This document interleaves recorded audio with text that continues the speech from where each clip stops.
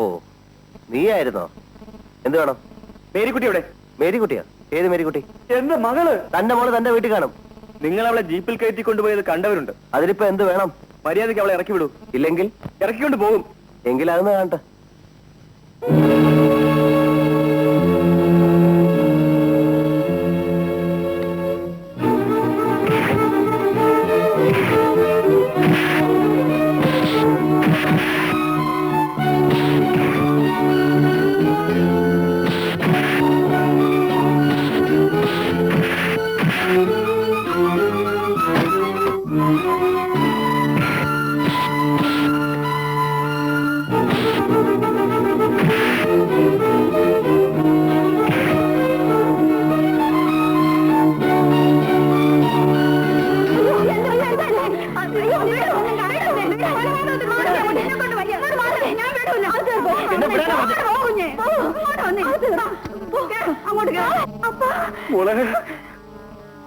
നിന്നെ അവന് ഉപദ്രവിച്ചൊന്നുമില്ലല്ലോ മോളെ? ഇല്ലപ്പാ. ശ്രീധരൻ കുഞ്ഞിനെ വഴിവെച്ച് കണ്ടുകൊണ്ട് എന്റെ മോടെ മാനം പോയില്ല. ഈശ്വരൻ എനിക്ക് ഒരേ ഒരു മകനെ തന്നു. അവൻ ഇങ്ങനെയായിപ്പോയി. എനിക്ക് എന്ത് ചെയ്യാൻ കഴിയും മത്തായിക്കുട്ടി? കൊച്ചമ്മയെ വിഷമിപ്പിക്കാൻ വേണ്ടി പറഞ്ഞതല്ല, സഹിക്കാൻ വയ്യാതായി, അതുകൊണ്ട് വന്നതാ. ഇങ്ങനെ ഒരു മകൻ ഇല്ലാതിരിക്കായിരുന്നു ഭേദമെന്ന് എനിക്കിപ്പോ തോന്നുന്നു. ഏതായാലും മത്തായിക്കുട്ടി പോയിക്കോളൂ. അവൻ വരട്ടെ, ചോദിക്കാം. അയ്യോ, അങ്ങനെ ചോദിച്ചാൽ മാത്രം പോരെ കൊച്ചമ്മേ. എന്നാ അവനെ കൊണ്ട് തല്ലിക്കൊല്ലാം, എന്നിട്ട് ഞങ്ങൾ ജയിലിൽ പോയേക്കാം. തൃപ്തിയാവോ മത്തായിക്ക്? മത്തായിയോട് ഇങ്ങനൊന്നും പറയരുത്. ഇവിടുത്തെ ചോറാണ് ഈ തടി. ചായക്കട തുടങ്ങാനുള്ള പണം മരിച്ചുപോയ ഇവിടുത്തെ ഏമാനാണ് തന്നത്. ഇങ്ങനെ ഒരു കാര്യമുണ്ടായാൽ മത്തായി ഇവിടെ ഒന്ന് പറയണ്ടേ? അവനോട് ഇനി ചെയ്യാനും പറയാനും ഒന്നുമില്ല മത്തായി. മകനാണ് അനന്തരവനാണെന്ന് പറഞ്ഞാൽ കൊന്നാ ജയിലിൽ പോണ്ടേ? ആ പേടിയുമായി ഒതുങ്ങി കഴിയാണ് ഞങ്ങൾ. മത്തായി പോകുന്നു കൊച്ചമ്മേ. ഇനി ഇവനെ ഇങ്ങനെ വിട്ടാ പറ്റില്ല ചേട്ടാ. എന്തെങ്കിലും തീരുമാനിച്ചാൽ മതിയാവൂ. എന്ത് തീരുമാനിക്കാനാ? നാട്ടുകാരെ കരിഞ്ഞെങ്കിലും ആ അസുരസന്തതിക്ക് വിഷം കൊടുത്തങ്ങോട്ട് കൊല്ല, എന്നിട്ട് നമ്മളും ചാവുക. അതാ ഇനി ചെയ്യേണ്ടത്.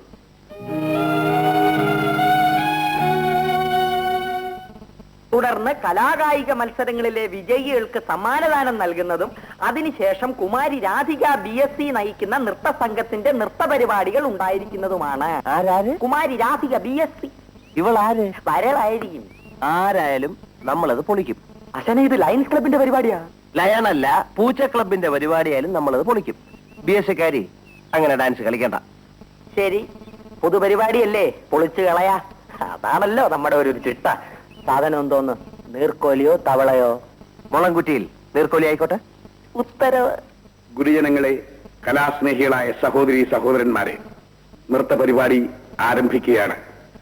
ആദികവിയായ വാൽമീകി മഹർഷിയുടെ ജീവിതകഥയെ ആസ്പദമാക്കിയുള്ള ഒരു ബാലയാണ് കുമാരി രാധികയും പാർട്ടിയും ചേർന്ന് ഇന്നിവിടെ അവതരിപ്പിക്കുന്നത്.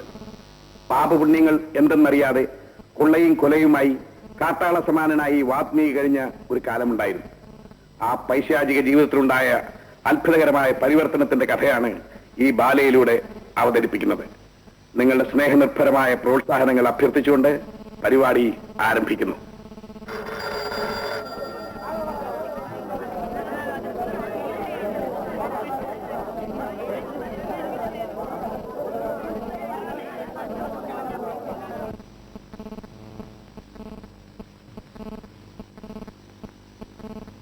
Good evening. Good evening. Dance വളരെ നന്നായിരുന്നു. താങ്ക്സ്. എവിടെ നാട്?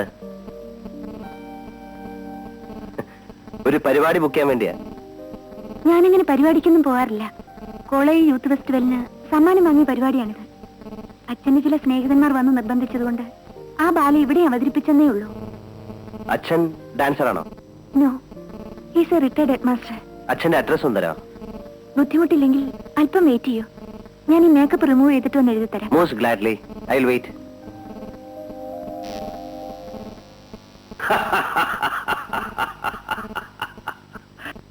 അമ്മാവൻ എന്തിനാ ചിരിക്കുന്നത്?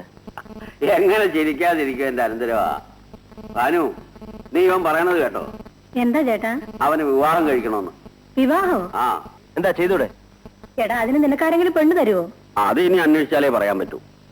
പെണ്ണിനെയൊക്കെ അവൻ കണ്ടുവച്ചിട്ടുണ്ട്, അഡ്രസ്സും കൊണ്ടുവന്നിട്ടുണ്ട്. ഇനി ഞാനൊന്ന് പോയി ആലോചിച്ച് ഉറപ്പിച്ച് നടത്തി കൊടുത്താൽ മതി. ശരിയായി പോയി. നിനക്കിനി കല്യാണം ആലോചിക്കാൻ പോകാത്ത കുറ്റമേ ഉള്ളൂ.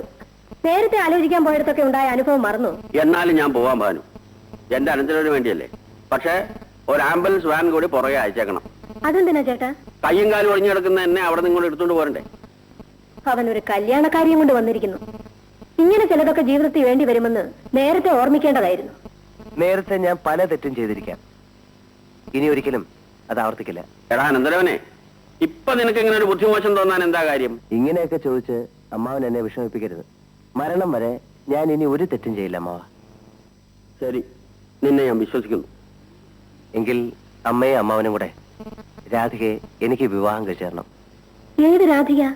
അതെല്ലാം ഞാൻ അമ്മാവനോട് പറഞ്ഞിട്ടുണ്ട്. ഏതായാലും ആ പെൺകുട്ടി സമർത്ഥയായിരിക്കണം. ഇല്ലെങ്കിൽ ഇവൻ ഇങ്ങനെ വീഴാൻ കാര്യമില്ല. നീ നന്നാവാനാണ് തീരുമാനിച്ചിരിക്കുന്നതെങ്കിൽ ആ പെണ്ണിന്റെയും അച്ഛന്റെയും കാല് പിടിച്ചതായാലും ഈ കല്യാണം ഞാൻ നടത്തിത്തരാം. നീ ദൈവത്തിന് മനസ്സിൽ ധ്യാനിച്ച് ആ അഡ്രസ് കൊടുതാ. മോനെ, കാപ്പി എടുത്തു വെച്ചിരിക്കുന്നു, പോയി കുടിക്കേ. അനു, ഈ കല്യാണം നടന്നാൽ ഇവ നന്നാവും. ലീലേ, ഇതെടുത്തോട്ട് പോ. ഞാൻ ഇനി കുടിക്കില്ലെന്ന് പറഞ്ഞില്ലേ? എടുത്തോണ്ട് പോവാൻ. എന്നാലും എന്നോട് ഈ ചതി വേണ്ടായിരുന്നു മോഹൻ സാറേ. സാർ എന്നെ ഉപേക്ഷിച്ച പിന്നെ എനിക്ക് ആരുമില്ല. നോണ പറയല്ലേ വിലാസിനി, നിനക്ക് പലരും ഇല്ലേ? എന്റെ സ്ഥിതി അതാണോ? ആശാനായിട്ടും ശിഷ്യനായിട്ടും കൂട്ടുകാരനായിട്ടും ഉണ്ടായിരുന്ന ആകെ ഒരു തിരിയല്ലേ? ഈ കടുങ്കൈ കാണിച്ചാ പിന്നെ ഞാൻ വഴിയാധാരമല്ലേ? ഞാൻ എന്ത് ചെയ്തെന്നാ നിങ്ങൾ ഈ പറയുന്നത്?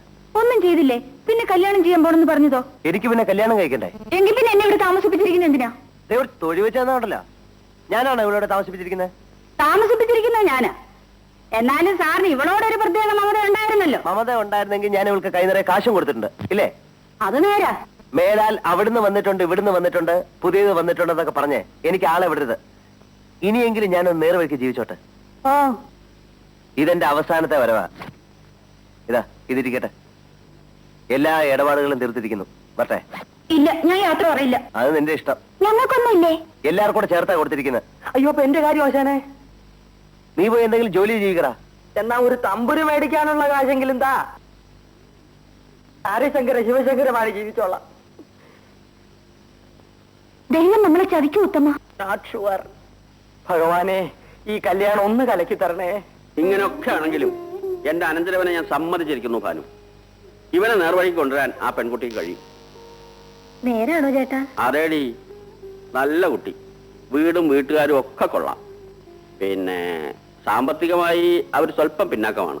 സ്വത്തിന്റെ കാര്യം പോട്ടെ ചേട്ടാ, വേണ്ടതിലേറെ ഇല്ലേ ഇവിടെ? നമ്മുടെ മോന്റെ കാര്യത്തിൽ അവർ അഭിപ്രായ വ്യത്യാസം വല്ലതും പറഞ്ഞു എന്നാണ് എനിക്ക് അറിയേണ്ടത്. അത് പറയാൻ ഇവനെ പറ്റി ഇതുവരെ അവർക്കൊന്നും അറിഞ്ഞുകൂടല്ലോ. പെണ്ണിന്റെ അച്ഛൻ ഇവനെ കാണാൻ വരുമെന്ന് പറഞ്ഞിട്ടുണ്ട്. അദ്ദേഹം എന്ന് വരും അമ്മ? 5-ാം തീയതി വരാമെന്നാ പറഞ്ഞത്. ഓ, അവന്റെ ഒരു തിടുക്കം കണ്ടില്ലേ? എന്റെ ഗുരുവായൂരപ്പ, ഈ കല്യാണമെങ്കിലും നടത്തി തരണേ. ഇത് നടക്കും ഭാനു. അല്ലെങ്കിൽ ഇത്രയും നല്ലൊരു പെൺകുട്ടിയെ കണ്ടെത്താനോ ഇവൻ ഇങ്ങനെ ഒരു നിർബന്ധം തോന്നാനോ വല്ല കാര്യമുണ്ടോ? ഇത് ദൈവനിശ്ചയ. മോഹൻ ഇനി ടൗണിൽ പോകുമ്പോ ആ വീടും സ്ഥലമൊക്കെ വേണമെങ്കിൽ ഒന്ന് കണ്ടോ. ശരി അമ്മ.